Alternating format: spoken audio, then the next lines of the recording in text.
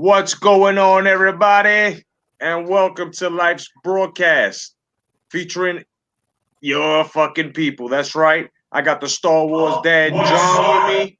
I got the Mighty Maze with me, and I've also got myself, Jay Cotto. That's right, guys. Welcome, welcome. And of course, there's the panel for you guys, man. Welcome, everybody, man. Tonight, yes, tonight we will destroy Iliam Omar. Everybody, we're talking politics, and we're going to be talking some old movies as we close the stream. We're going to give you guys a good hour and a half of some good old fun, man. You know what I mean? Maze will join us. He'll be in and out. But otherwise than that, man, how's everybody doing?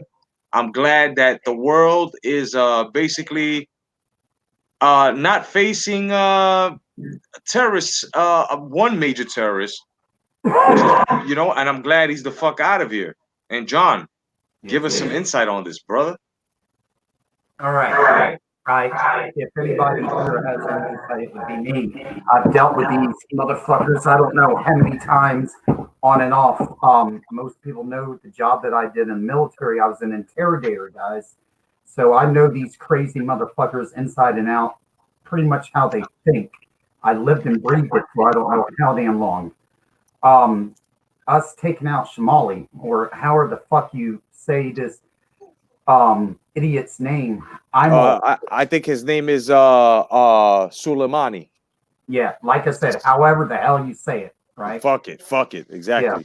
Yeah. I think it's probably one of the best things we could have ever done. This guy was responsible for hundreds, if not thousands, of American deaths. Yep. And he was continuing to try to take American lives over and over and over again. So with us taking him out, we are sitting safer tonight because he was their great military mind. He was the one that was teaching Iraqis and terrorists how to lay IEDs. He was teaching terrorist techniques to these people. So with him out of the picture, one less really bad guy out there.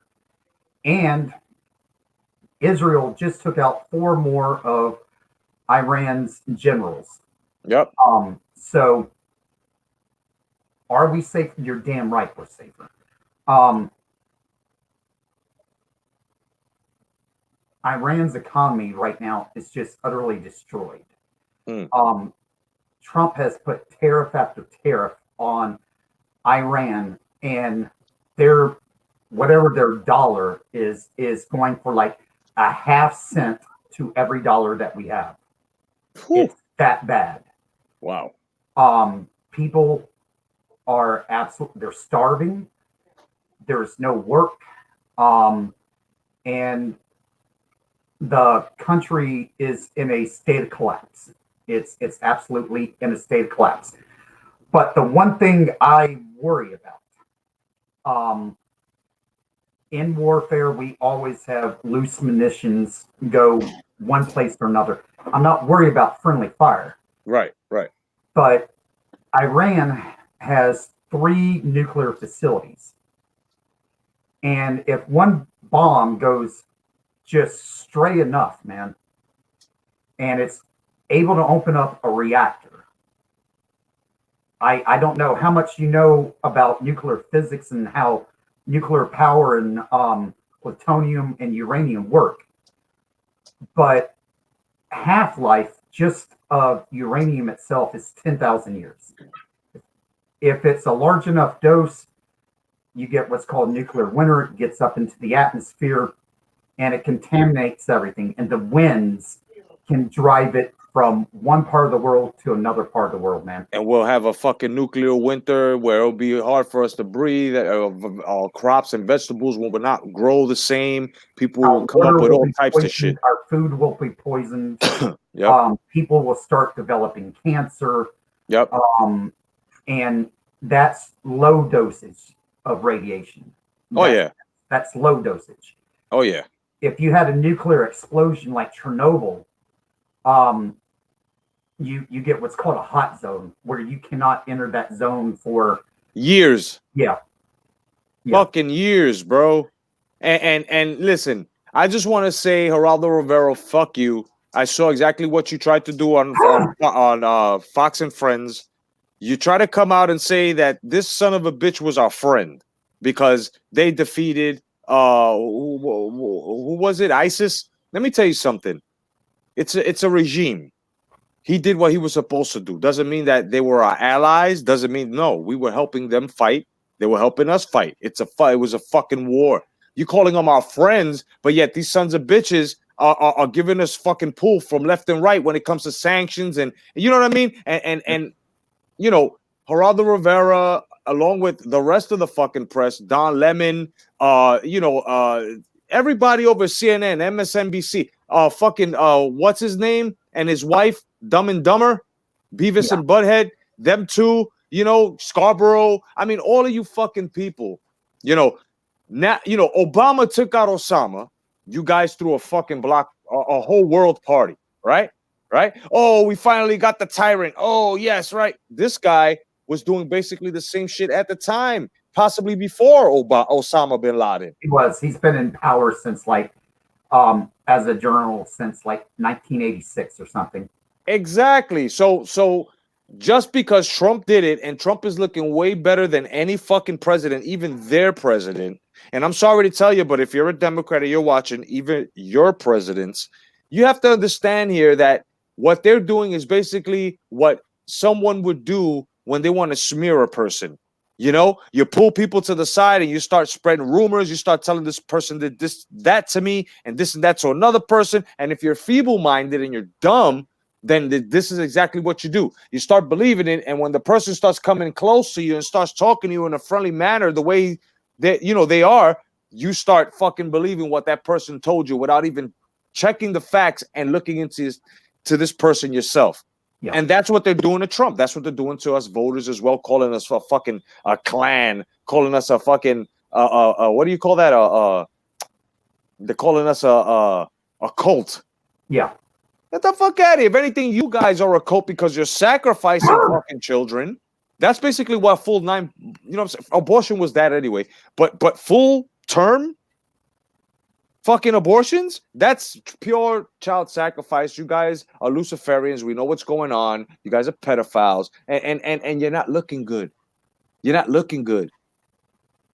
Well, you know, I don't know if you saw all the tweets by Rose McGowan apologizing to Iran for, you know, us blowing the shit out of this general. And I look at it like this. Let's pack her up and send her to Iran, right? Right. And just let her walk the streets of Iran just the way she is and see how long she actually lives. Who's this, McGowan? McGowan? All day long. Is this McGowan you're talking about? Rose McGowan, yeah. Yeah, that dumb bitch. Let me tell that bitch something. First of all, doesn't she live somewhere in England or something like that? No, she actually lives in the Hollywood Hills or something. Oh, okay. So even better. Why is this? She should be worried about her habitat, her environment right now, where literally it's a fucking shit storm of a place. Yeah. Literally. Like there's storms of shit in the street. Hepatitis, fucking trigonosis. I mean, all types of shit. Right? But these guys want to criticize what Trump is doing and helping us. These guys want to criticize things that are helping us to be productive, to move forward in life and continue our generations and our fucking legacies. And the Democrats, they just don't give a shit. You know what I'm saying? You know, Maxine, you know, I mean, if you guys know what a coup is, this is exactly what's going on. This is a coup going up against the president of the United States because he went against the grain. Well, today, this is what I found funny. I was on Twitter and I saw a tweet that Ilhan Omar had posted. Right. Stating, Monday, I'm going to introduce a bill to Congress to keep the president from being able to have power to, you know, send troops and blah, blah, blah. And I tweeted back, I was like, listen here, you stupid bitch. You know, the president is the damn commander in chief. All right. That's his primary job. All right. He can send troops wherever the hell he wants to send troops. at any damn time. He can authorize strikes. He can do whatever he wants to with the military, except declaring war. That is the only power the president does not have with the damn military. But besides that, he can launch any damn strike any damn time he wants, whenever he wants. You are not about to try to take his constitutional power away from him. Nope, not at all. And you guys, I hope you guys know out there, especially the guys that are fucking begging and celebrating about Trump's impeachment. Guess what? He's not officially impeached. You know why? Because they have not turned over the documents to Congress. Now, you know what's going to happen when they do, right? It's all Republican. They're going to call everyone. And the first person that doesn't, basically, service the subpoena that they send you, they're talking jail time here, no matter who it is. Well, Lindsey Graham today was on Fox, right? And he already said tomorrow he's introducing a bill into the Senate to go ahead and dismiss all of this. And they will hold a vote, and all they need is a majority to pass this. And if they get the majority, by any bit of impeachment, they will have to impeach him all over again on separate charges. Yep, definitely. Peace to Ross, Clot too. Oh, Mala and But James then, Clark. we've got people, Yeah. but then we've got people in office like Al Green, dude, that says, "Oh, we can impeach him anytime we want to impeach him." Wait a minute. Wait a minute. Al Green, is that the one that has all that hair on his face? Yeah, the black dude from Texas. Doesn't he look like one of your testicles when you were like 16 years old? Dude, he looks like what? He looks like exactly what one of my testicles looked like at 16, balding and some hair growing out of it. He looks like a fucking wart, that guy, bro. Yeah. He looked like a hairy wart. But he got on the news and said, "Yeah, we can impeach him over and over and over again. We will just keep impeaching him over and over." And this is the left now, dude. I mean, I used to have respect for Democrats back in the day because they might not have believed exactly what I believed, right? But they were needed because you always have to have a differing opinion to get things done, right? You know what I'm saying? Today, dude, this is not what I call a differing opinion. These people are just pure evil, dude. Pure evil. Yeah. These are pure Luciferians. These are Satanists, man. And this is what John F. Kennedy was warning us about. Secret cabals, and you know what I mean? And you guys got to wonder exactly why all the Hollywood stars who partake in all of these rituals and all this bullshit are all on the left. You guys got to understand that. Why are they all on the left? Why are they all against Trump? Why? Because these guys they're totally irrelevant. Look, we're waking up. If Trump gets voted in again, which he will, 4 more years, I'm telling you right now, you guys are going to see the true colors of all of your favorite actors and actresses. I mean, look what's happening with Robert De Niro, who's fucking TDS to the fucking chromosome, the last chromosome he has. I mean, these people are fucking retarded, and they're all evil. They're all evil. You know what I'm saying? Now, if you guys don't believe, I'm gonna get a little biblical here, not religious but biblical. If you look at the end times, it says that God puts a leader for the Americas, and they're going to try to take him down. And no matter what they do, no matter what they say, no matter what they try to do to this man in power, they will not and they cannot remove him. This is why I believe Trump is going for the 4th term. And also it says, "My trumpet." Look what's going on here, guys. Well, I'm telling you, I love it because these Democrats are running around like cockroaches, right? Yep. And what Trump's doing is being like the man that shines a light on cockroaches and they just go running everywhere. You know, he's shining the light on them and they can't stand it. You know, look what happened to Elijah Cummings. My man saw the Lord. He went, the Lord summoned that ass. And you know what's funny? When you look at what Trump said, that was God's personal message to Elijah Cummings through Trump, telling him you should be worried about cleaning the streets and helping the poor people. And what happened? Elijah Cummings was like the Pharaoh, you know, with Moses. Nope, nope, nope. And look what happened, bro. I'm not wishing death on these people, but they do not deserve the same air that we are breathing, because we are working hard and we are loving everything that our Creator gave us. Meanwhile, these people are trying to destroy that. It's going to the point that they're trying to clone us. What the fuck? You know, I do believe in what's called the Trump curse, because look at all like the Olympic athletes during the Olympics, right? That gave the finger to Trump. Every one of them that did that, man, they failed. Yeah. You know, I mean, they fall or something would happen. You know, it's what I call the Trump curse. And dude, Adam Schiff, out of all people in the world, dude, I got a feeling the Trump curse is going to bite him in the ass like no one else. Listen, Adam Schiff, look, God is trying to humble him. If you take a look at it, he's being exposed every day. He's able to press rewind and see himself do all of this wrong. But he is not changing his ways. The worst is going to happen to Adam Schiff, Nadler, and Nancy Pelosi for bearing false witness to thy brother. And that's all of us. She is bearing false witness to all of us, not just Trump. You know?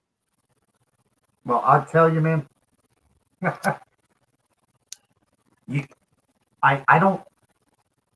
can't think of what I call a single moderate Democrat anymore, because they call like Tulsi Gabbard a moderate, right?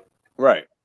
And as far as I'm concerned, Tulsi Gabbard's as progressive, well, not as progressive as like AOC and them, but she's very, very, very progressive.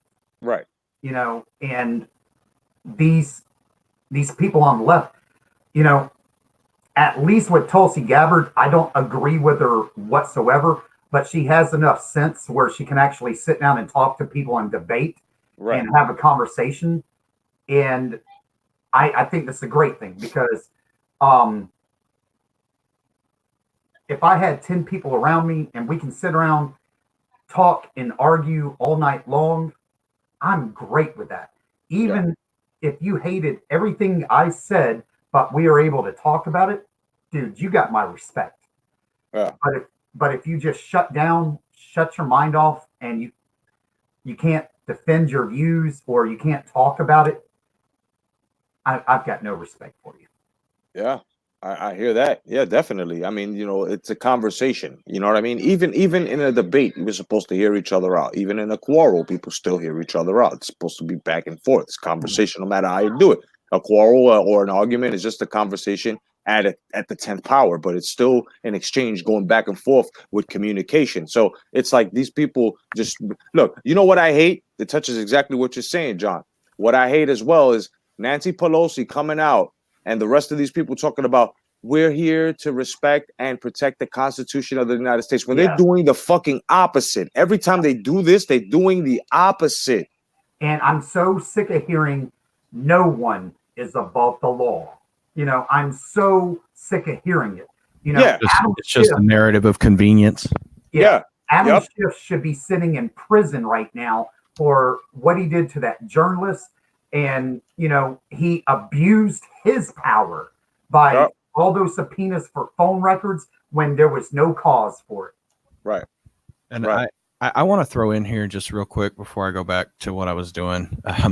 John is one of the best Star Wars dad at letting people on his channel and letting people who disagree with him vehemently, openly, and honestly express their opinions in a civil fashion.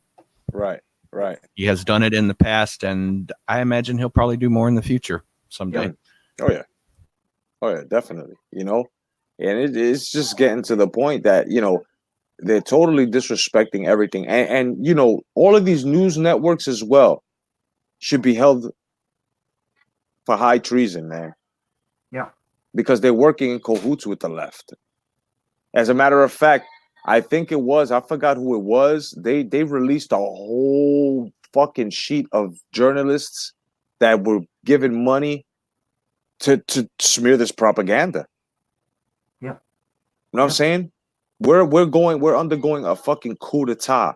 These guys are trying to overthrow our president with bullshit that they're making up, man. And the state starts with the Steele dossier all the way to we're going to impeach him before he even got into presidency, son. So that right there tells you that they were setting all of this shit up. All of this shit up. And just because he took out a fucking Iranian terrorist, a fucking general, he took out a vital fucking, he hit a vital fucking artery. He hit a motherfucker. And now everybody's running scared now. Oh my God, retaliation. Listen, fuck retaliation. Fuck you if you're fucking scared, because all of this should have happened. All of this should have been the same thing when Obama took out Osama. At the time, Osama bin Laden was the most powerful fucking terrorist. When we took him the fuck down, how come nobody was panicking about retaliation? It's all a fucking act, bro. It's all an act. I will say this much, though. We took out a general, and Israel took out more generals. But at the same time, and I can't celebrate about it, man. I can't celebrate the fact that anyone loses their life. I cannot celebrate that whatsoever. Do I think it was necessary? Of course I do. I so think it was necessary that these people needed to be taken out, but knowing that people are losing their lives, man, that I can't celebrate that. I have to look at it very, very mournfully and wish that things could be different. You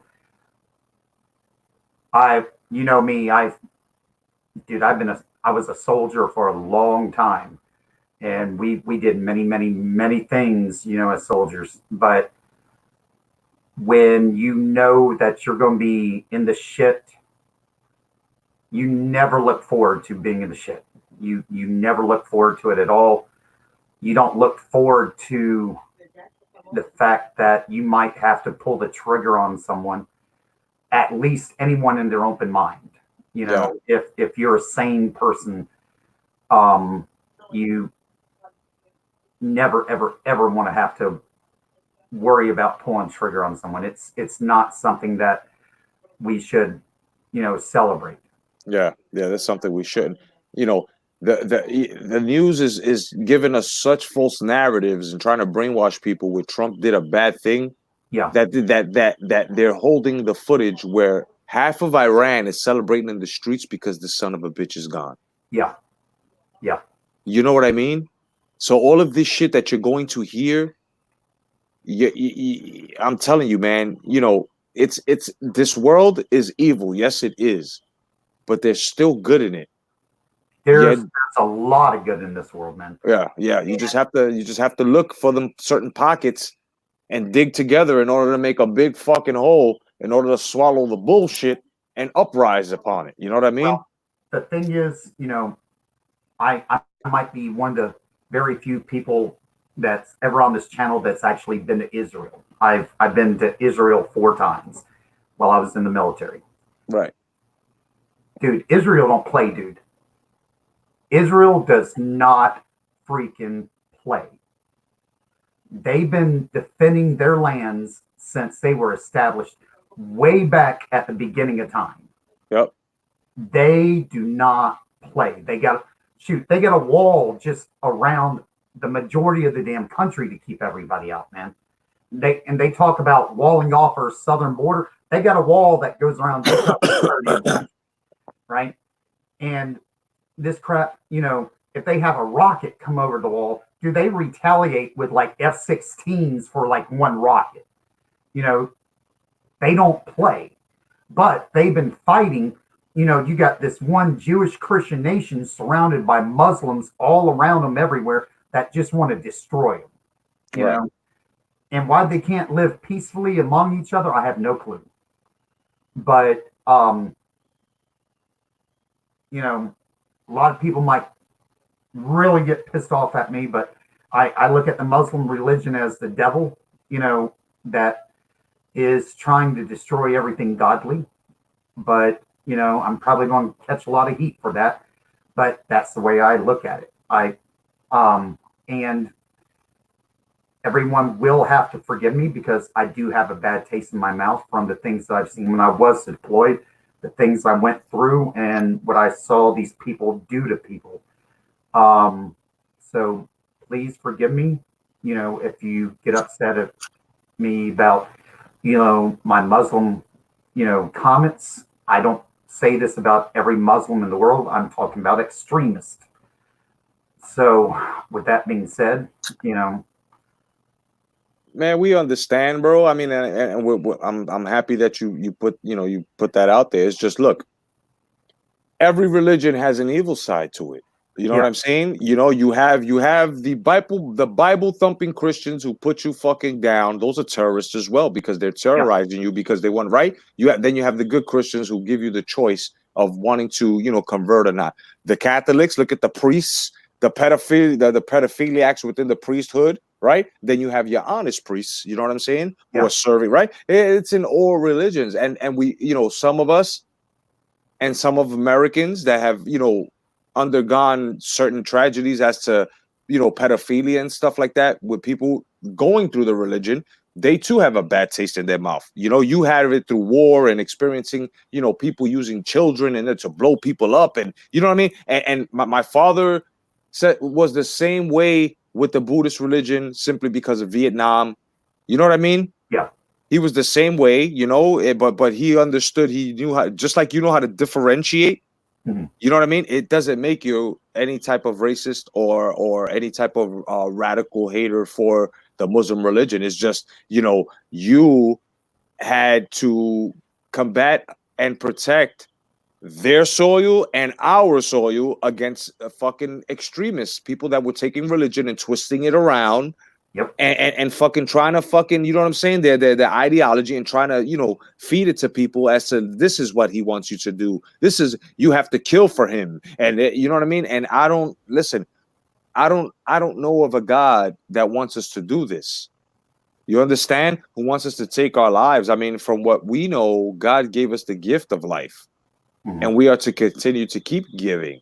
This is why, you know, and people are going to have to forgive me, but I'm going to say the same thing as Manny Pacquiao said, but not in such ferocious words. But this is exactly why, you know, if you're gay in any way, if you're transsexual in any way, this is going up against the laws of nature, the law of God. You know, because you can't procreate, you can't continue life. Adopting children and being in love with the same sex and then marrying, getting into marriage under God, which it's something that you have to really take a look at yourself and say, I cannot follow God if I'm going to do this. Right. You know what I mean? It's just pure, it's plain and simple, Not saying that they're bad, not saying that it's contagious or it's no, but the whole thing is it's a walking contradiction when you do this. I tell my wife all the time, there are going to be so many what I call good people in hell. A lot of good people are going to be in hell. There's going to be a lot of really bad people in heaven. Yeah, but I think that's going to be sorted out, though. I think that shit will be filtered out. You know what I mean? It's the truth because if you take, for example, even when Jesus was on the cross, man, the thief that was next to him, you know, that was a really bad person. Yeah. Really bad person. And Jesus told him, today you'll be with me in paradise. Jesus made a way for anybody and everybody to have a pathway to heaven, man. It doesn't mean you have to be a good person to get to heaven. You just have to believe. And you have to accept them as your Lord and Savior. Right.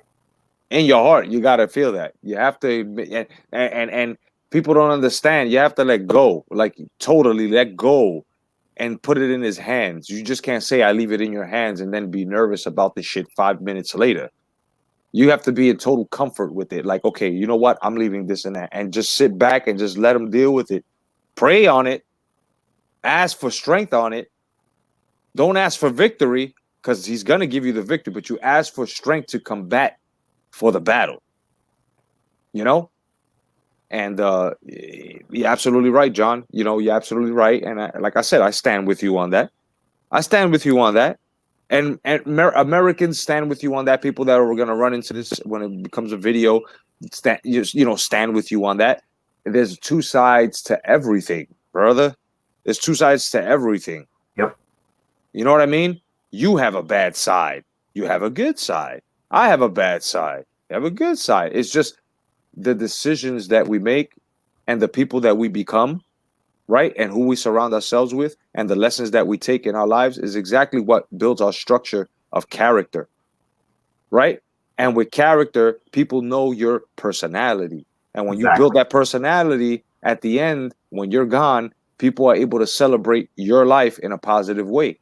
Well, I'll tell you this much, man.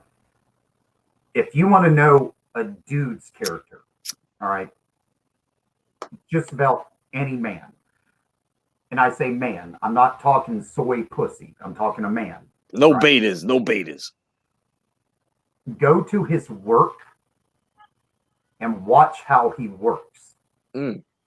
If he has integrity on the job, you can trust him.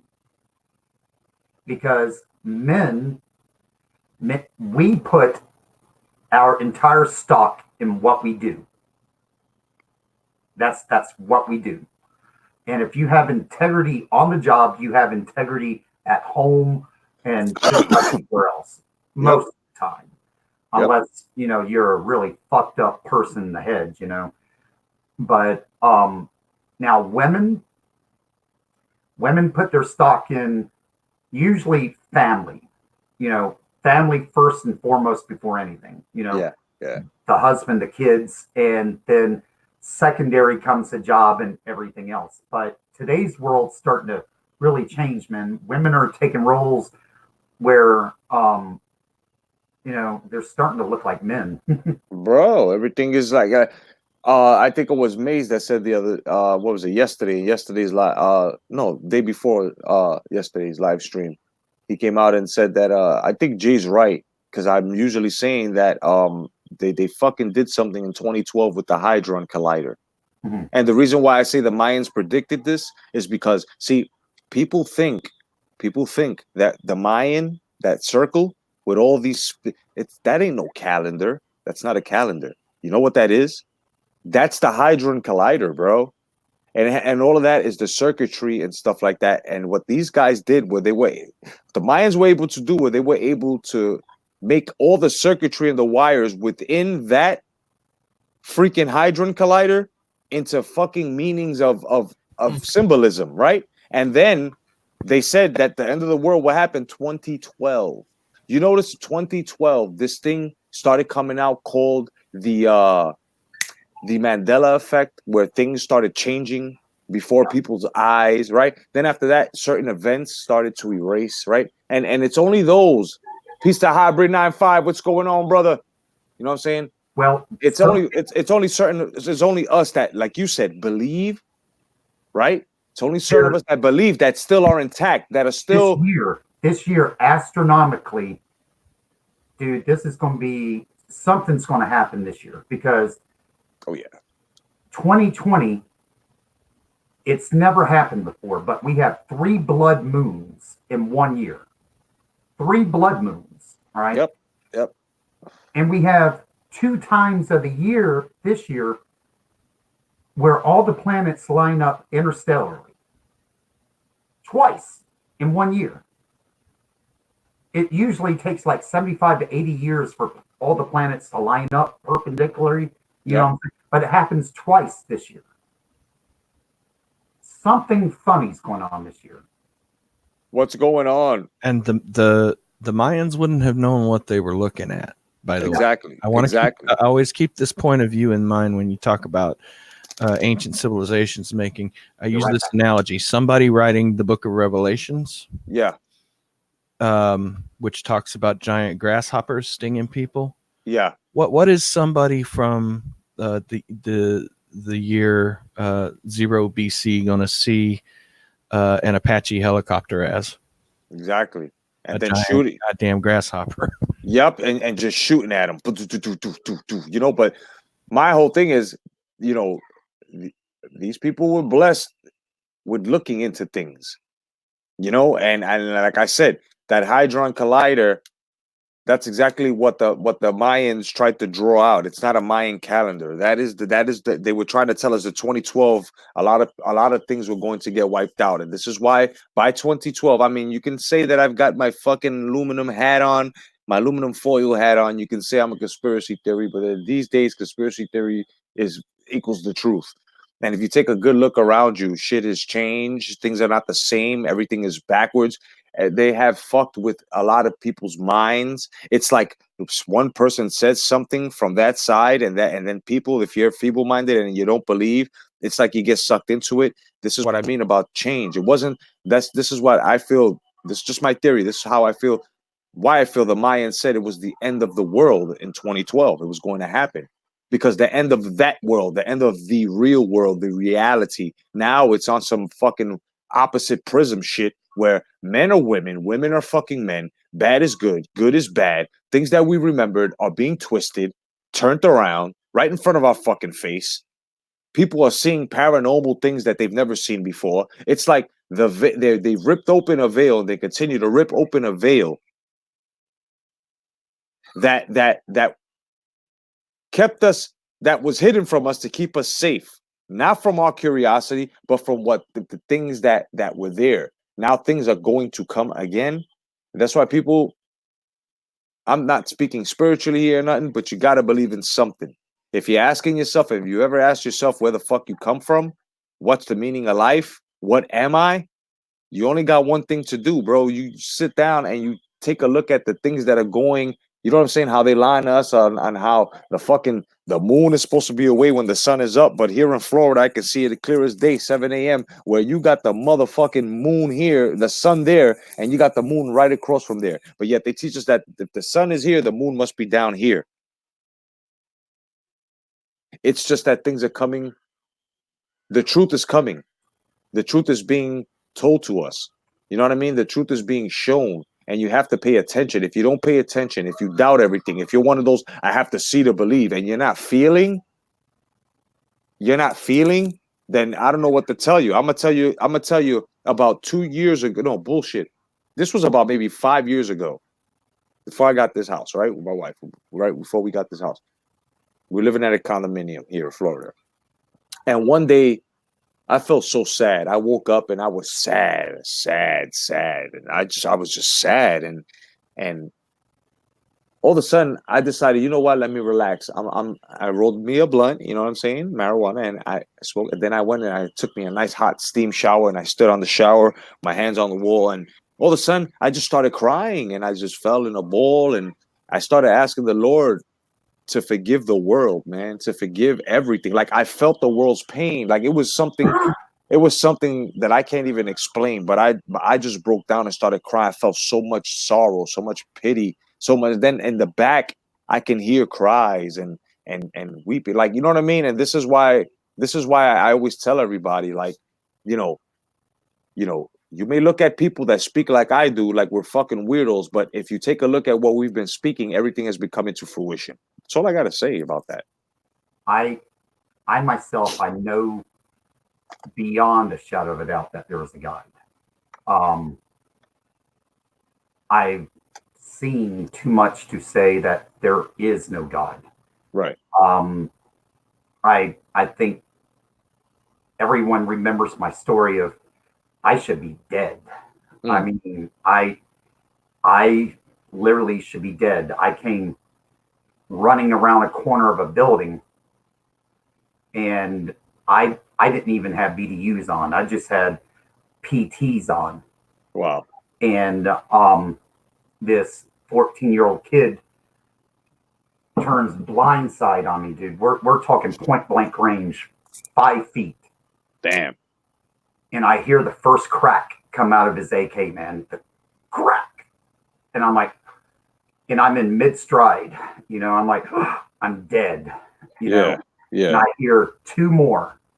Crack. Crack. Felt like 10 minutes went by. And I had my sidearm, you know, on my right hip, and I was able to get my sidearm up, and I got 1 shot off. And when I don't know why it was so significant, but my right foot had touched the ground, and then my left foot, and I was like this. I was like, damn. You don't miss from 5 feet. Yeah. And then I looked in front of me, and there was a man standing in front of me, standing like 12 foot tall, glowing just as gold, you know. Wow. Just radiating, you know. And he looked down at me, nodded, and he was gone. Wow. And the 1 shot that I had got off had hit the kid right between the eyes. And you tell me what that was. That's you tell me what that was, because every night when I go to sleep, man, I think about how God saved my life that day. Yeah, man. That was you know what, man? That was Jesus, bro. Who you saw was Jesus. No, I don't think that was Jesus. I think that was an angel that was sent. An angel? Do you think it was Michelangelo? I don't think it was Michael. I mean, do you think it was Michael? No. I mean, you said a black cloak, 12 feet. You, me, and anyone on Earth, man. I'll tell you this much: we would not want to meet an archangel. Not while we're here on Earth. The only archangel that we might want to meet is Gabriel, but any other archangel, only time they're here and you hear about them, man, their wings are dipped in blood. Oh man. Michael is the mightiest angel of all angels. You know, he's the chief seraphim. He's the warrior of all warriors. If he was here, it'd be wartime, you know. Yeah. That Raphael, you know, if he was here, you know, same thing.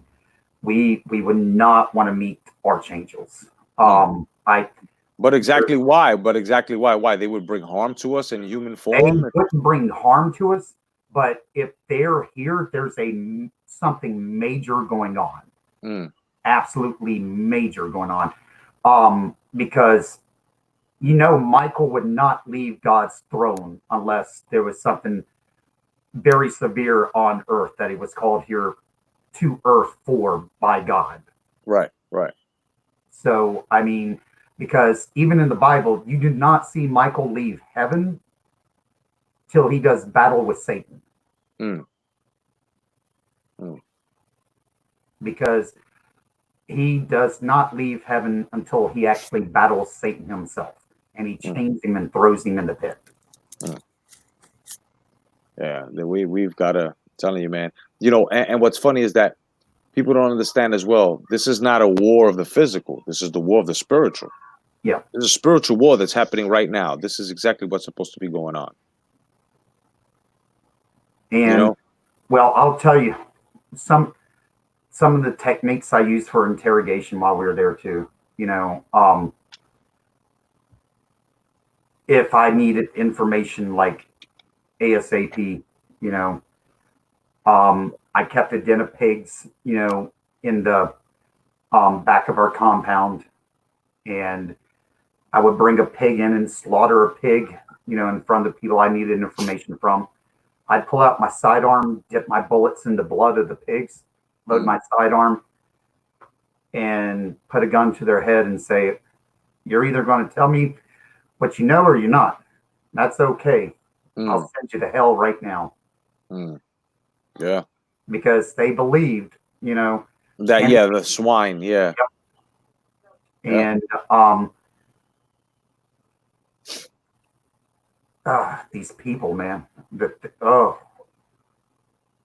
what they have no value of life whatsoever, man. I've got a boy, you know. I don't have a daughter, but I can just imagine the love I would have for a little girl, right? Yeah. And the way they treat women, dude. This is what blows my mind in America. You know, you got women yelling, "We need rights, we need rights, we need special privileges, etc., etc., etc." Here in America, right? Yeah. Man, you go to the Middle East, to places like Saudi Arabia, man, and if women go someplace by themselves, they get beat in the street. Yup. If they show off, they're all clothed down and shit, and if the motherfuckers will kill you if you look at their wife's ankle, because that's the only thing to look at. Yeah. You know what I mean? It's crazy over there, bro. I mean, it's their religion. We're not one to judge, but at the same time, that's a bit harsh. I mean, we can't really say nothing because we don't understand that. We don't come from there. But at the same time, us looking from the outside in, it's fucking nuts. It's crazy, and people should really, really feel privileged. They should really appreciate that they live here. And this is why I hate the left. This is why I hate these politicians. This is why, because you rather work with these motherfuckers to tear down the shit that you're. I mean, what do these people think? These people think that when they hand over America to the bad guys, that they have a place with the bad guys? Yeah. Well, no, what's going to happen is they're going to fucking overthrow them as well, and that's it. Well, you know, in America, you can be whoever you want to be. You know, right. These people screaming about rights for the LBGTQ, whatever elemental people are, right? AIOU, sometimes why? Yeah. But, you know, they can live the life they want to live. No one's telling them that they can't live the life they don't want to live, right? Right. Man, you go to the Middle East, especially Saudi Arabia, man, they crucify people for being gay. They literally put them up on a cross and crucify them. Crazy. That is fucking nuts. I mean, people have no idea how good we actually have it. They also throw people off of building tops for that. Man, that's nuts, man. That's, you know, then you got what was it, the Saddam Hussein sons, the brothers, the way they used to fucking treat their own kind, because they thought they were big shit and they had a lot of power there, to a point that if you got married on your wedding night, right, and you know, one of them decided that they were going to take your wife and she was a virgin, oh, they was getting her first. These were the type of bastards. That's been around since Caligula, of course. Caligula used to do that shit. The two of them watching Braveheart too much. Yeah, I was about to say that's been practiced even by English kings. You know, that's something that's been around forever and a day. I'm not saying it's right, but that's been around forever, dude. But I mean, I'm just saying here, you know, we've got things so good. I mean, we've got freedom to live however we want to live, as long as we're not hurting anyone. You know what I'm saying? Yeah. I mean, if I want to come home and beat off to doggy porn every day when I get home from work, you know, I have that freedom. You know what I'm saying? Yeah. I mean, I can do whatever I want to do underneath my own roof. You know? John, did it have to be fucking dog porn, bro? I'm just trying to come up with something, you know. But or if I wanted to watch, you know, the donkey show porn, you know, I can do that. I have that freedom to do that, you know. Oh shit. I can be whoever I want to be underneath my roof without fear of, you know, repercussion for being who I am or who I want to be. Right. That's America, you know. And like Eddie Murphy's father said, and if you don't like it, you could kiss my ass, motherfucker. Yeah. And I have no problems with I will fight day in and day out for people's freedom to be able to do whatever the hell they want underneath their own roof, you know? Because once you're in your own house, man, It's none of my business what you do. It is not my business whatsoever. You can be the biggest freak. That's your business. As long as you're not over there hurting anyone, you know, have at it, you know. But when you leave your house, that's where I have problems. You know, what you do in your place is your business. When you leave your place, it becomes a communal problem. It's pretty much gotten to the point where people who choose to discipline their children via spanking, they can't do it in public anymore because people don't mind their fucking business. Exactly. You don't know my child. You don't know what my child needs. But by God, I'm a monster if I lay a hand on him or her. Now, I never spanked my son. I never had to. But it's just that, you know, that level of whatever that's going on outside now. It's just, yeah, I've had to mind your business. Once, just once. Not me. I've never, because I've always, you know, talked to them with strong character. You know what I mean? So I've never had to do that. Thank God. You know what I mean? Thank God. Peace to TJ Carr. What's going on, my man TJ? I mean, I told this before, but I've slapped his hands once when he was about to stick a fork in a light socket. Yeah, yeah. My son's done that. He's he must have been 8, and he was trying to play with a light socket with a fork, and I told him, "Don't do that. Don't do." I must have told him 4 or 5 times, and I was like, finally, I let him do it. He stuck it in there and shocked the hell out of himself. He said, "Bap!" Ah! And then I looked at him. You're never going to do that again, are you? No. Yeah, no. Me, I always spoke to them strong, like, you know, like, what are you doing? Why are you doing that? Sit your ass down. I'm not playing with you, you know. And then, you know, and then as they gotten older, you know, you don't want me to put my foot in your ass, do you? Like, you know what I mean? Basically, you know, listen, we're talking discipline now in these times. People now feel that they can tell us what to do with our kids.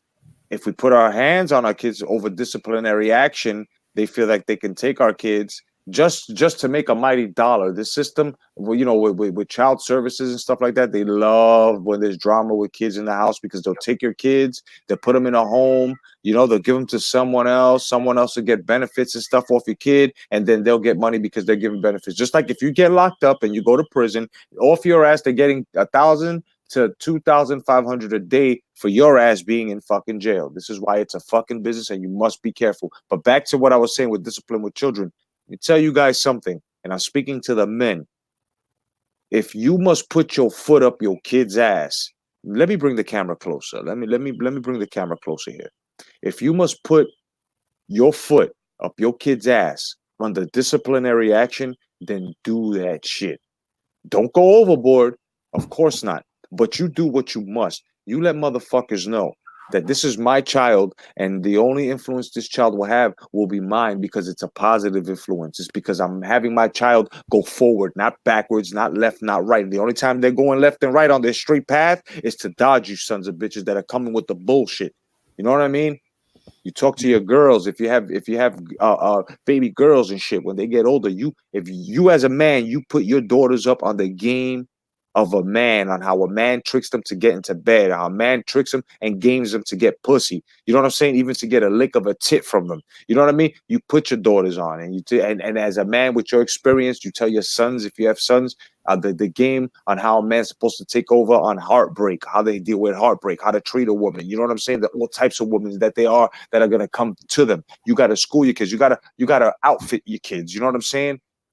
Oh, I'm glad I didn't have a daughter, man, because part of them growing up, I would have to like let them see the compilation of Al Bundy beating guys' asses that hurt Kelly.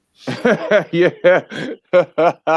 Yeah, man. I can't imagine ever having a daughter because, man, I was such a dog when I was younger. Yeah.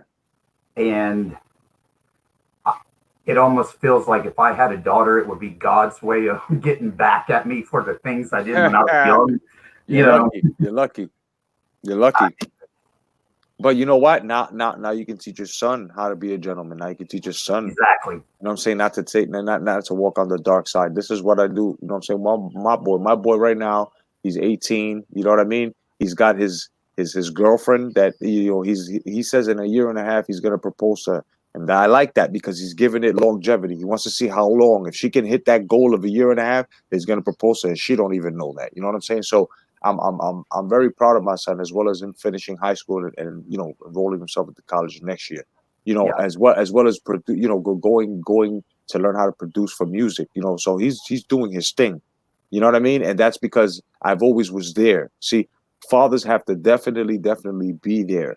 They have to be there for the and yes, the mother's important. Yes, most definitely. But the father is the major motherfucker in the house, because the father is what teaches the daughter, the son, and most of the time the mother, okay, defense on how to protect the castle if he happens to pass. It's only cowards that left households that cannot do that. You know what I'm saying? It's only cowards that just fucked and made children and did not produce or don't even care to make a household that are fucking this way. You know what I'm saying? That cannot be this way. You know what I mean? And I, for one, John, Mays, everybody, we are not these people. So, you know what I mean? It's all about discipline, man. It's all about what happens in your home. And today, you definitely have to sit down and bring the normancy to your children, bros. Tell them what's normal. It's gone beyond the spanking thing too. Like, remember the other day when we were talking about that stupid kid in Britain that doesn't want to learn about World War II because he thinks it's violent history or whatever. Yeah. We've moved away from teaching them, character building things that sometimes involve negativity about themselves, about the world around them. I don't understand like how people can not see that that's a bad thing to remove negativity altogether. Right. This is something Dawn and I talk about all the time with my son, my wife. We have to teach our kids that it's okay to fail. And that's right. Fail. That's right, John. That's right. You're absolutely correct. And it's called attrition. It's called baptism under fire. It's called being tested. It's called adversity. It's called no such thing as second place. You must be first. You must strive. You must learn how to, you know what I'm saying? Go and get your accomplishments. Accomplishments are not given. Second place is not first place. Losing is not first place. It's not okay to lose. It's okay to accept failure in order to get stronger from it and learn from it. But it is not okay to take failure as something as to I fucking won, and then you got people co-signing like this, like TJ says here, this pussy PC culture is doing. You know what I mean? And this is all from these politics. It's all started with agenda. Even the kid Steve on American Dad, and I love American Dad. Sometimes that kid pisses me off because he's so sheltered. Yeah.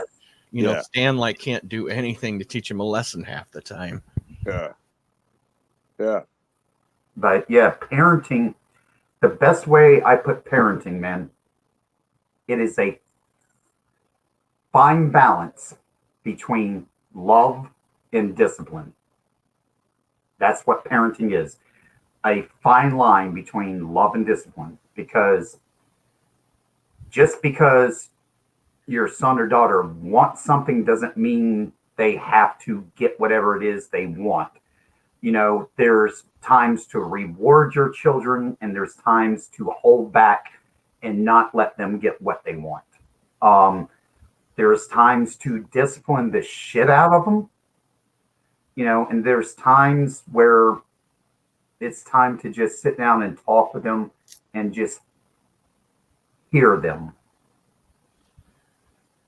Yeah, there were times when my dad. I'll throw it out there. There was a point in my childhood where I was buying Transformers left and right, and I'm in junior high, and my dad's finally sick of it, and he's like, "Okay, my house, my rules. I don't care if it's your money. You're not buying another one of those fucking things." Right. And he cut me off, and eventually I did start buying a few here and there when I became an adult, but they were masterpieces and they felt more rewarding later on. So I'm kind of glad he did that. Yeah. And I tell you right now, like my father, he was Vietnam veteran, you know what I mean? And he didn't play games. You know, he took care of, you know, life and took care of us, and you know, and it just got to a point where once he passed, and I was 14, it came to a point that for some reason his upbringing, along with his mother, which is my grandmother, may she rest, who raised me as well with his father, my grandfather, her husband. I tell you right now, man, like that structure is exactly what made me the man I am today. That helps me walk that fine line and be, you know, they're always there. That teaching, that lesson that was always on that dresser, bro, before I left the house. You know what I mean? Make Well, you sure, know, like my son, you know, he's 11, yeah, and he has specific rules that he has to follow, right? right, Um, there's a certain time he has to be in bed. There's a certain time he has to be out of bed. right. The first thing he does, he's allowed to go use the bathroom and wake up and everything. But right after that, his bed has to be made. He has Yeah. to make his bed. Yeah, yeah, He only gets a limited amount of screen time, you know, on his tablet, phone, whatever. But he's a good boy. He's very soft hearted. My right. son is very, very, very soft hearted. But Yeah, the he's one pure. thing- He's pure right now. Yeah, Oh But- man, and that's so good that you're doing that with him young, John. The limited time just on devices, because you yeah, know, we didn't have that growing up. We were like, oh, look at these new inventions, and you know, Yeah. I don't know about anybody else, but no, yeah, it's true. It's true. late 1990s, early 2000s, you couldn't get me off a fucking computer. You still Exactly. But the one thing that, you know, he really don't understand it right now, but I'm constantly putting it in his head is I tell him all the time, no matter what it is, good or bad, you can always come talk to me. We can always talk about it. Mm-hmm. And one time he looked at me and goes, but does that mean you won't get mad? I was like, I didn't say that. I'm like, but you can talk to me. Yeah, And I'm like, and we can talk as talking. I'm like, it doesn't mean I'm not going to be upset, but you can always talk to me. nice, man. Yeah, that's always good. Good, you know, solid ground for you guys. You know what I mean? Good communication with your children. That's the best way to keep them. And it's not even sheltered, and it's not even protected. It's preparing them. You know what I mean? It's preparing them to know that you have a mind, you have choices. Never let nobody tell you, look, this is what you need to do. You have to do this. You have to follow us. You have to, no. You know what I mean? No, you're your own person. Well, it cracks me up because the stuff that he tries to get away with, right? Dawn and I look at each other. We're like, we did that as a kid, you know. Right. What you're trying to tell us or what you're trying to do, we already know this game, you know. Yeah. You've already failed, Cody, and you know. it's the philosophy you're trying to con, man. Yeah. Yeah, exactly, man. Yeah, definitely. But And well, you know, it's a beautiful thing, man, when you're there with your children. You know what I mean? And you know, you like my daughter, you know, she just had my grandson or whatever, and you know, she's doing, you know, good shit. And my son, I look back, and then my youngest, you know, she's just turned 16. So you look at these things, and then you see that they're on the path that's so straight. You know what I mean? And so clear. And you know that you've already let them fly. You let them fly the coop. You know what I mean? You taught them how to fly. So now they're out there maneuvering and flapping so beautifully and not get, you know what I'm saying? And they're able to leave with your lessons, and you can sit back and say, wow. And especially not saying this in a negative way to anyone, but if you lived longer than your parents, like my father, he had an early death. He died at 39. Remember, I was 14. I'm 45, dude. And my mom passed at 32. So I done surpassed my parents. You know what I'm saying, in life, where it's like I can sit back and say, okay, I'm a granddad, and you know what I'm saying, I'm able to see that. If more grandchildren come, you know what I'm saying? At this age, between, you know, my two oldest, not my youngest, my two oldest, I can sit back and say, hey, you know what? It's their choice. I don't have to sit down across tables with parents and argue about, our children becoming fucking teen pregnancy statistics. You know what I'm saying? I can sit back and say, hey, I wasn't a statistic, and neither were my children.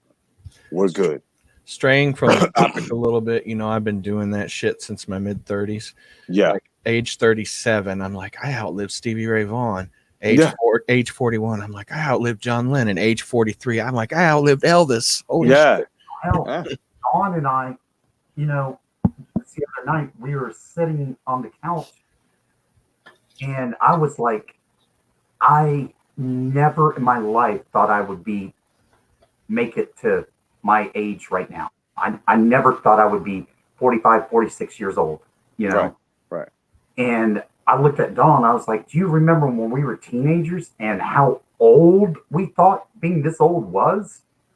I'm like, you would think far away it felt. 6 years, you're ancient. And now I look at it, I'm like, being 45, I'm like, I don't mentally feel 45. Right. Right. Mentally, I'm not what I call middle age. Right. My body feels that way. Yes. But in the soul, and it's like, I totally understand where you're coming from with that, man. Because it's the same thing now in this fucking way too. But you know what I mean?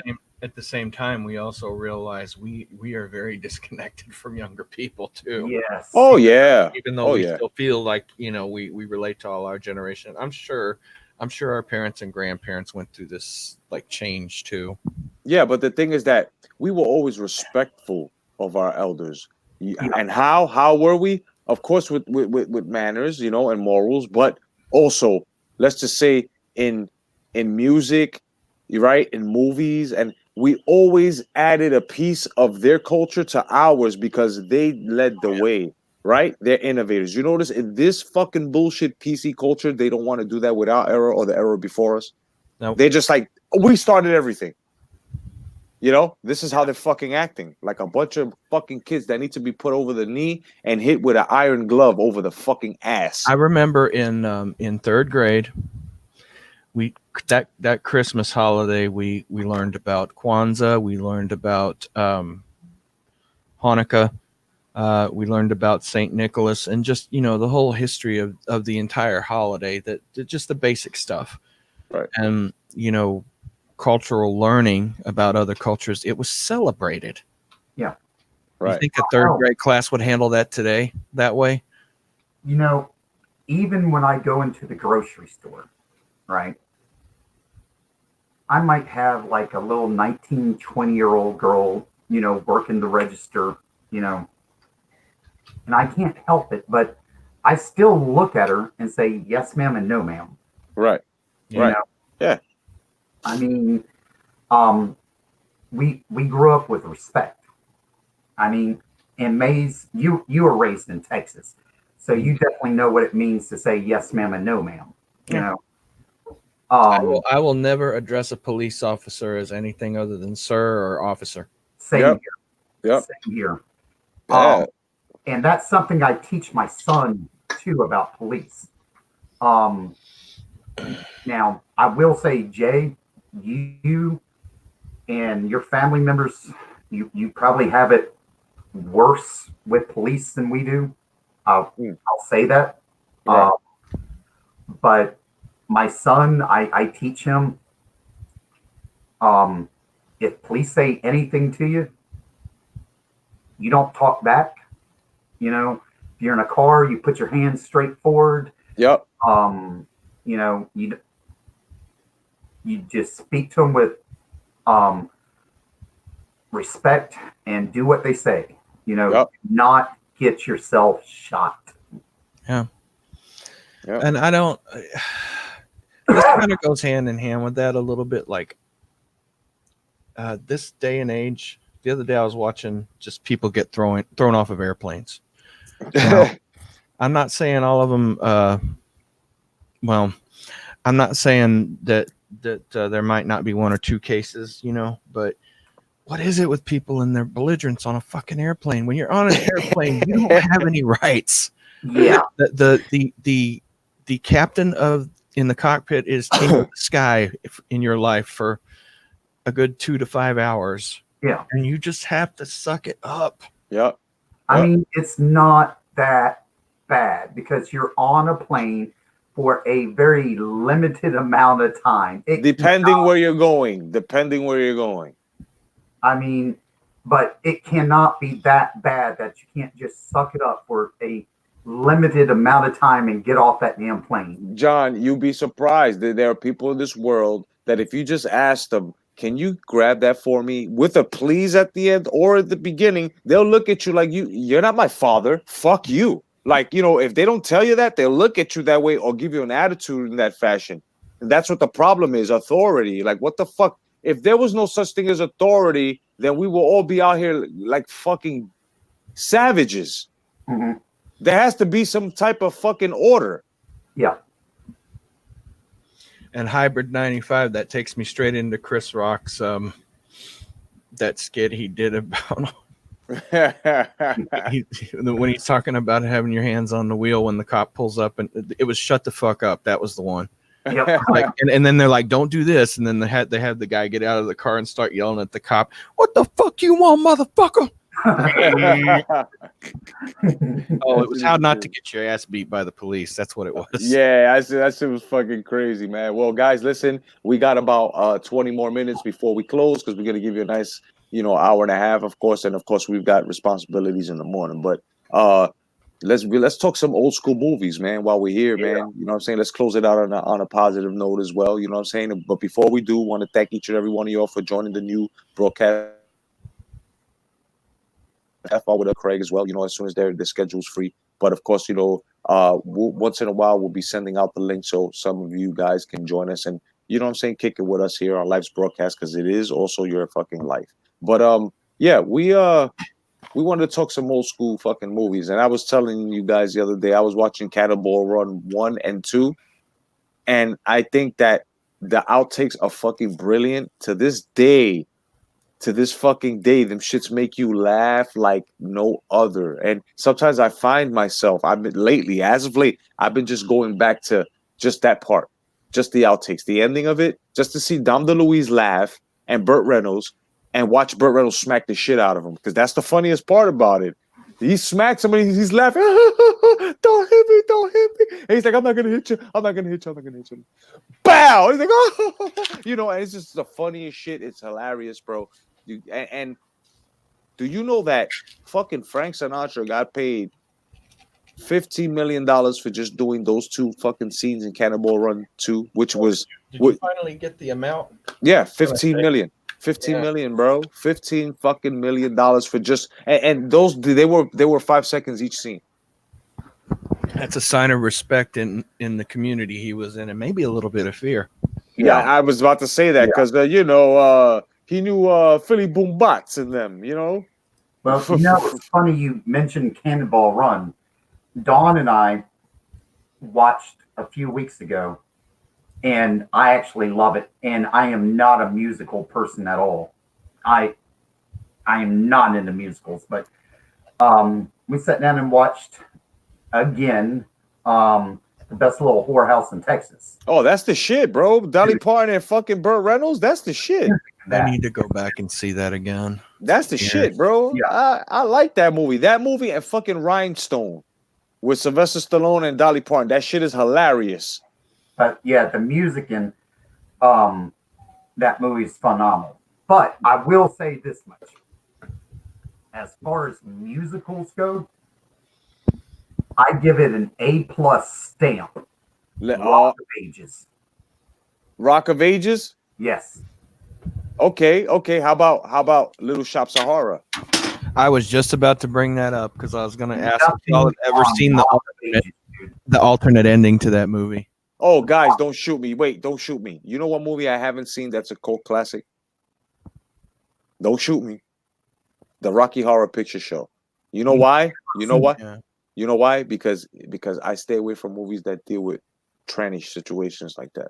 Dude, you got to watch it once. That's not like modern political shit. It's just what it originally was.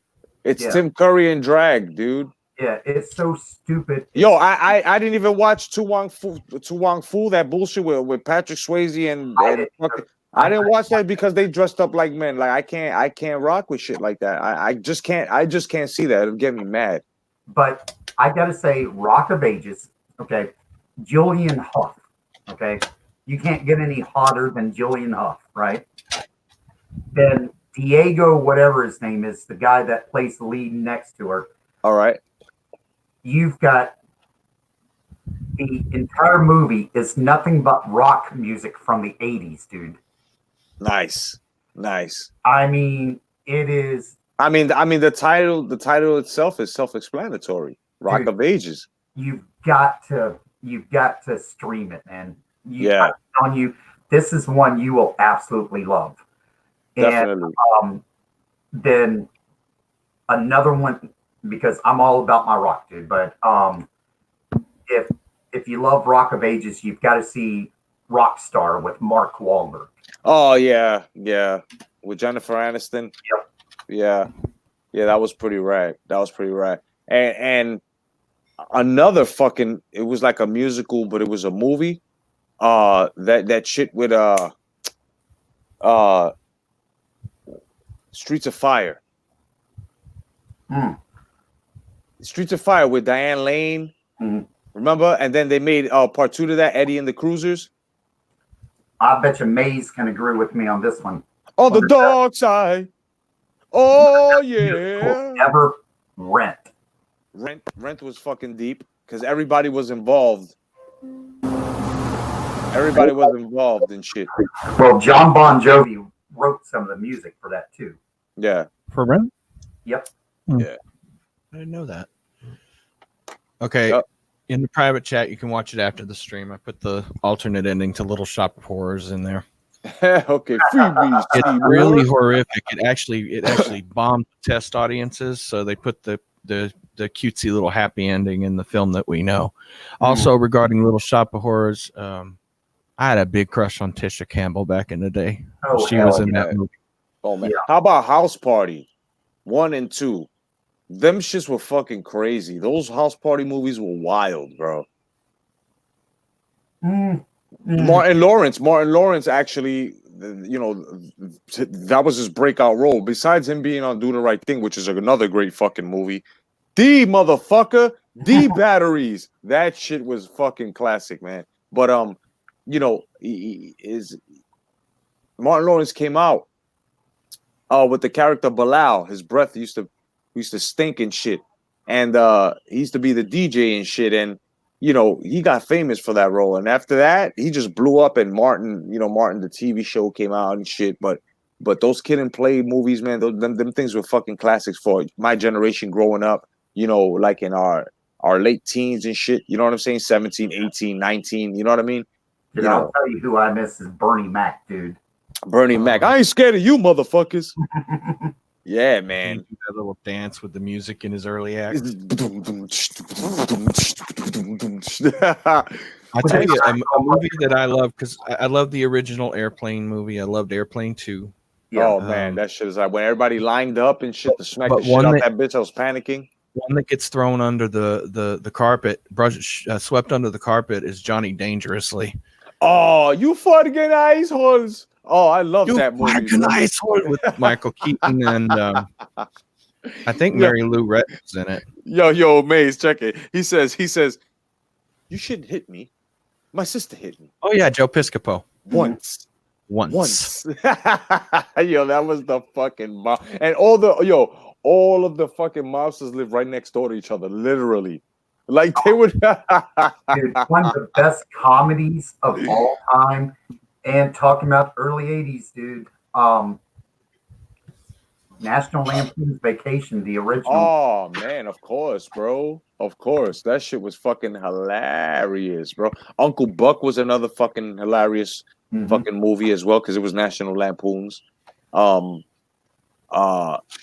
you know that Married with Children was part of National Lampoon as well? No, I didn't. Yeah, no, I didn't. Yeah, it's part of National Lampoon. But why do you think the humor was so adult?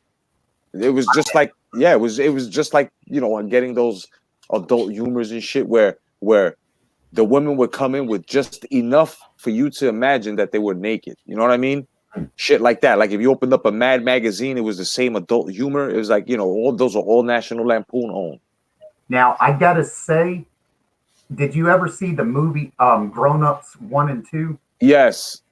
Those were hilarious, dude. Yes. And they to me had the same feel as when like Dan Aykroyd and John Candy and everybody was together. Right.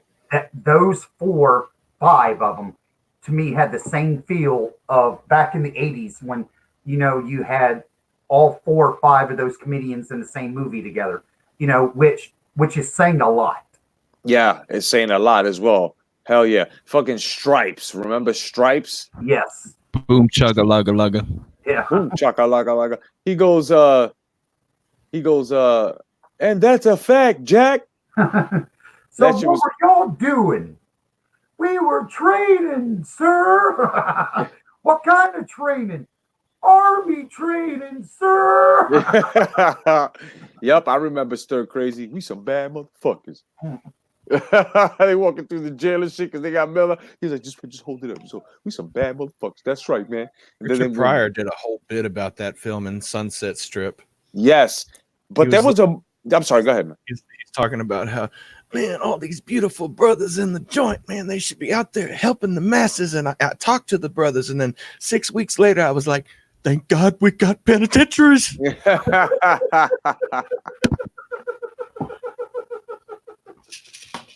Yo, Richard Pryor, man, the originator, bro. Yo, there was a movie that he made that was very, very good. It was funny at the same time. It touched your heart. Which Way Is Up?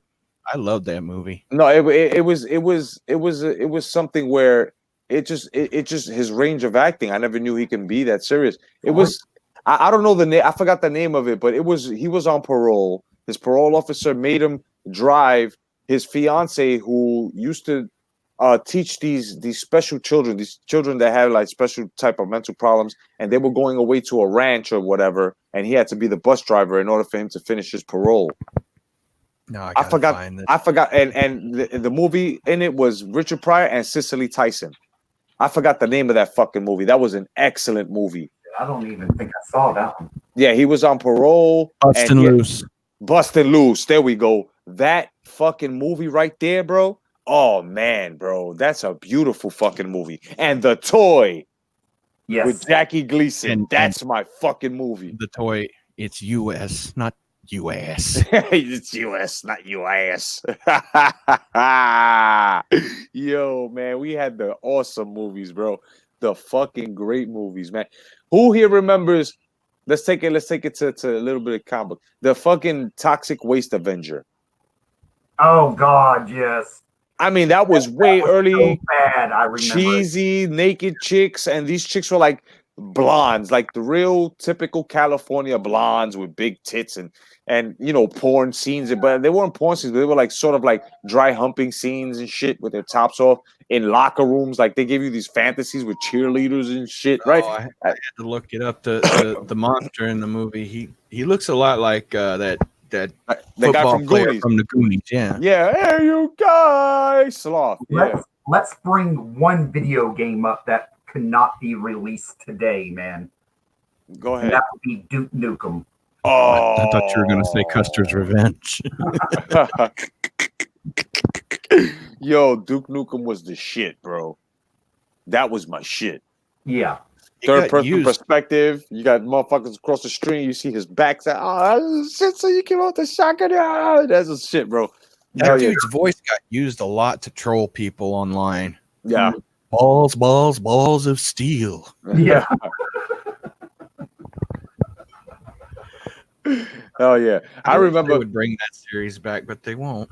I remember when Doom came out for the PC, the first Doom. When it was id Software and not whatever it is now. Yeah, and that shit was pixelated like a motherfucker, but it was interesting. Oh, it was great because it was like, because by then a lot of us had played Wolfenstein already. It was the same developer, but we're like, what is this? And you know, you're playing it, and you're like, damn, I can't stop playing this. Yep.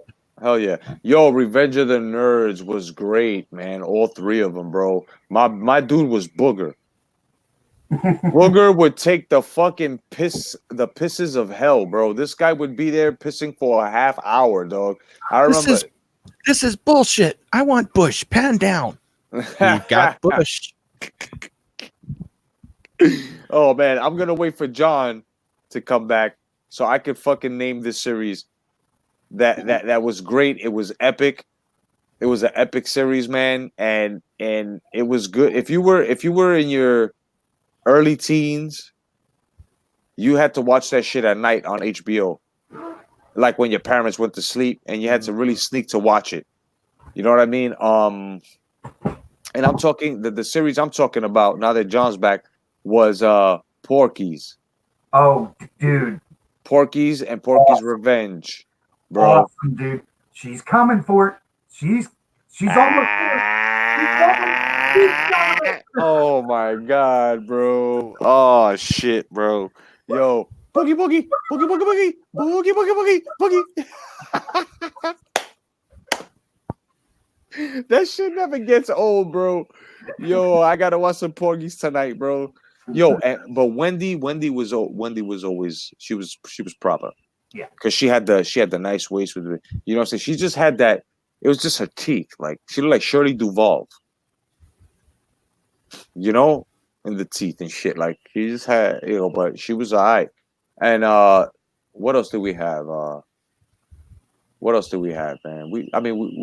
Those type of movies. Every one of our wet dreams when we were young, dude. Blue Lagoon. Oh man, Brooke Shields. Yes. Yes. And it explored human naivete. Yeah. Why'd you have a baby, bro? And she had it with her bro or something like that, right? Right? They were like intertwined together. Those two. It's been so long. I don't think he was a brother. I think they just like fell in love or something. They're just two people. But like that intertwined scene, they replicated that in a funny way in the movie Top Secret. Yeah. Oh man, Mannequin with Kim Cattrall. Yeah, she was. I hated that movie. Yeah, but she was hot though. She was hot. And how about Weird Science with Kelly LeBrock? Oh, what would you two maniacs like to do first? Oh my god, I would like to fucking take you upstairs, take your fucking dress off, and just show you my fucking Weird Science. I just watched the 3rd season of Runaways on Hulu, right? Yeah. And it had God, what's her name? Elizabeth Hurley as man, right? Dude, she's 65 and really still smoking. So that means that she must have been in her late or early 50s when she made that movie She Devil. No, that was like 20 years ago. It was that long ago. Okay. Or even longer than that. It might have been even 25 years. Wasn't she hooked up with Hugh Grant, the guy that fucked the prostitute? I have no clue. I think she was. Married to some Indian billionaire dude. He owns some big fabric company or something, but he's a billionaire. I know she's married to that dude, but dude, for being in her 60s, dude, she is smoking. Yeah. And I'm not gonna lie. Yes, Romancing the Stone and Jewel of the Nile, Kathleen Turner was hot back in her days. Yes, she was. I just had a memory from that time that I should share. My parents, at one point when I was a kid, I tried to call my mom a child abuser for spanking me. You know what they made me do? What? They made me sit down on HBO and watch Mommy Dearest. Oh man, I remember with Faye Dunaway. That was a horrible movie. When that was over with, they were like, "So, do you understand what a child abuser is?" They made you watch. They tried to scare you straight with fucking Faye Dunaway, son. Yo, that movie was fucking crazy, bro. The way she abused her daughter. And the way she cut her hair and fucking locked her and fucked her up. Like, yeah, that when she got older, her daughter got back at her by not being by her bedside. That was crazy. Well, she died, and then they didn't get shit in the will, and so Yeah. that's when the daughter decided, I'm gonna write something about her. Yeah. She was a horrible lady.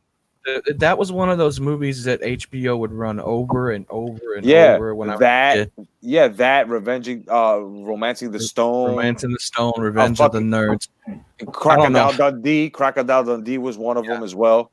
Dude, I don't know how many times I saw fucking Young Guns on HBO. Oh my god. ultimate 80s, early 80s woman, man. Deborah Winger. Oh man, yeah, she was hot. Yeah, she was hot. Officer and a Gentleman. Yes. Yeah. Dude, I hate to say it, but she should have played Lois Lane in Superman. Yeah, she should have. And I'm not gonna lie, my mom looks like Karen Allen.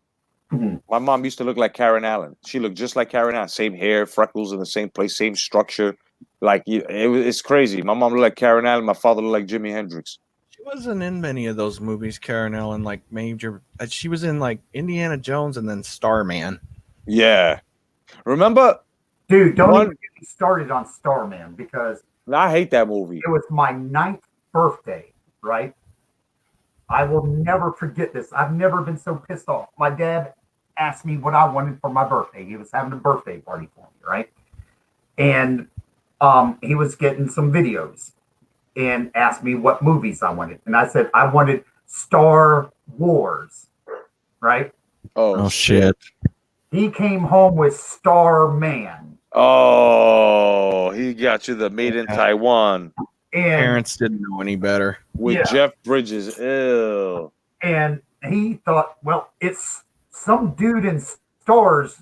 And I'm like, Dad, you have no fucking clue. Just no damn clue. I would have been like, can you take me back so I can pick out the right one? Yeah, pretty much. Man, that's crazy, man. But we're gonna end it here, man.